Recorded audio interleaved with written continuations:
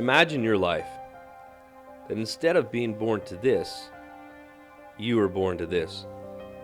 That's the reality for more than 800,000 men, women, and children in the Mathare Valley slum in Nairobi, who have barely enough electricity, no running water except from a spigot where God only knows where the water's coming from, and no septic system, where small children have nowhere else to go to the bathroom but in the middle of the street. The saddest part is these villages are only minutes away from the modern world. Then you'd ask yourself, how can this happen in the 21st century? With all of our technology, with all of our politics, with all of our advancements we've gone through, how could this be? Literally, God only knows. The Mathare Valley slum is considered by many to be the poorest in the world. Most of the people who live here will never leave. They're born here, they'll grow up here, and they'll die here. And most of them will never know a better way of life. Most of these people earn about $1 a day, some of them as much as $2 a day, and probably 90% of that goes to pay the rent on their little shanty that they live in. They barely survive on a daily basis, eating whatever they can get their hands on. Some have jobs selling produce, some sew for a living, some wash laundry for a living, some, about 70%, even sell themselves. Whatever it takes to survive in these ungodly conditions. In the Mathare Valley alone, there's an estimated 200,000 school-aged children who yearn for a better life. They have no idea what good things could lie ahead for them if only they were to be rescued out of this valley. So I want you to meet the Wambua family. They live in this 12 by 12 room along with their goats. And yes, I did say they're goats, all 6 of them. There are 11 people and 6 goats living in this shanty. This is the life that this family has known for generations. Now, most of these children will never know the joy of getting ready for school, receiving an education that not only fills them up with knowledge, but also fills them up with God. Most of the people in this valley will never know what it's like to get a healthy meal on a regular basis. They'll never know the luxury of basic medical care. They'll never know the taste of a clean glass of water. And many of them will never know the hope that anything will ever change. I know that this valley can look hopeless. It can look like there's too many people, like there's not enough money, and like this mountain is much too big to ever move. But it's just not true. I want you to know that no matter what it looks like, this valley is not hopeless. There are not too many people. There is not enough money. And this mountain is not too big to move. Because we have to remember that you and I serve a God who can move any mountain, but most importantly, can rescue anyone. In our last piece, we introduced you to the Mathare Valley and some of the problems that face the people that live there. In this video, we shift. We're going to look at the same valley and the same people, but instead of focusing on the problems, we're going to focus on the solution. So the work here is multifaceted, and a lot goes into restoring these children and their families once they've been rescued. And there's no one better suited to help us understand these restoring efforts than our longtime friend and missionary in Kenya, Keith Ham.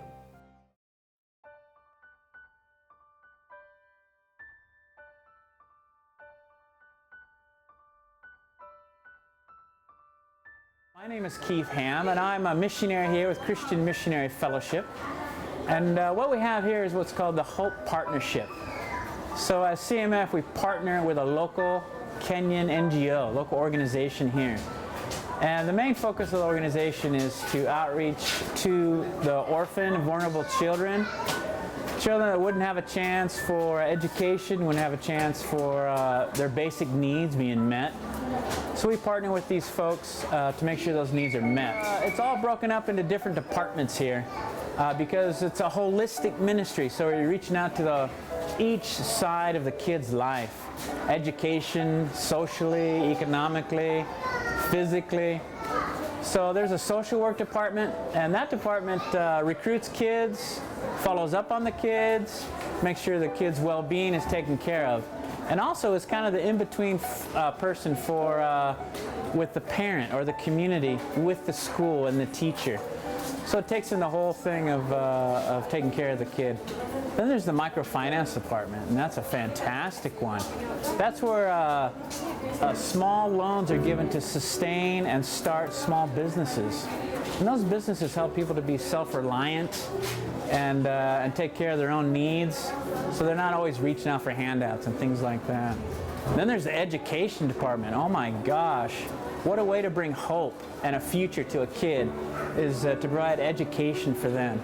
So the teachers, the principals, even the kids themselves are all part of that education whole part there. The kitchen, the food. Oh my gosh, nutrition is a very important part of their life. The food they receive here at the center is the only food they get the whole week. So we pile on the food. There's a whole menu with, there's fruits and vegetables, there's rice and beans, there's meat. And at the end of the day, the young kids get a big glass of milk. So nutrition's a big part, and cooking and food preparation, the supply of the food, all that's a huge part of the work here. Now the clinic comes under the community health education or community health evangelism part of the work.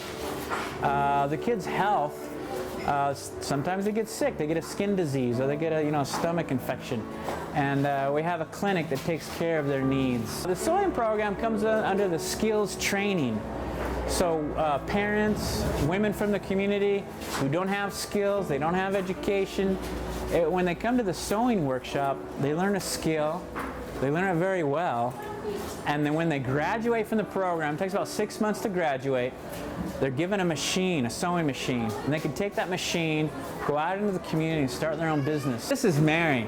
I just talked about skills training. I don't know how to sew. If I took a needle out, I'd pinch my finger and it'd start bleeding. But Mary here teaches our women how to sew. Mary, tell me just the greatest impact that you've seen in that skills workshop with the sewing ladies. The mothers are very impressed because now those who have finished, they have their businesses, they have something to eat because they are making dresses, they are making shirts, they are making bags, selling to their customers so that they may get food and house rents. When these folks realize what Jesus has done for them and how they can love God back, churches are formed and people come and worship and express their love to God. So the spiritual side, like I said, is holistic, economic empowerment, physical empowerment, social and spiritual. And that's the grand scheme of the whole thing. As you see apparent and immediate needs, and as you meet those needs at people's point of need, they come to Jesus Christ in a real natural way. And God is glorified and God is honored.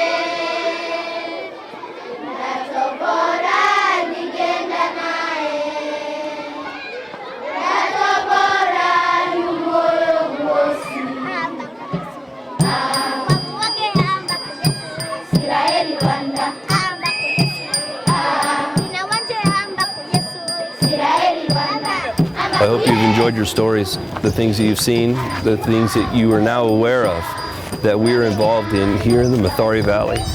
We've been working in this valley for several years through the efforts of some of the people in our church and also through the hams and other missionaries we've supported in here.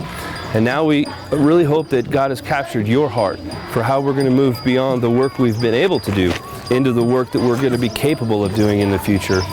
The little girls that you saw that were part of our video that you saw me meeting for the first time and giving gifts to were two little girls that had never been in school, who were left at home all day long. Those two little girls, by the time you see this video, will have been given school clothes, meals, health care, and an opportunity for an education that their parents and grandparents would have never had. And hopefully those two little girls will be little girls who hopefully one day will be able to do well and find a way out of this valley in order to go live the life that God has called them to. We all have the opportunity to make differences in different areas of our lives at different times. And this is an opportunity for us to have a very tangible way for a very small amount to change the life of a child and ultimately to make a difference in this valley. Many people consider this valley to be the poorest part of our earth, tied only by different places maybe in India or the trash heaps of Mexico. So we have gone into the deepest of the deep, the darkest of the dark. We've walked among the poorest of the poor. And now you get a chance to help make a difference in somebody in that intense of a situation's life. And so I pray that you'll consider what God is leading you to and that you won't hesitate to be part of something great like this.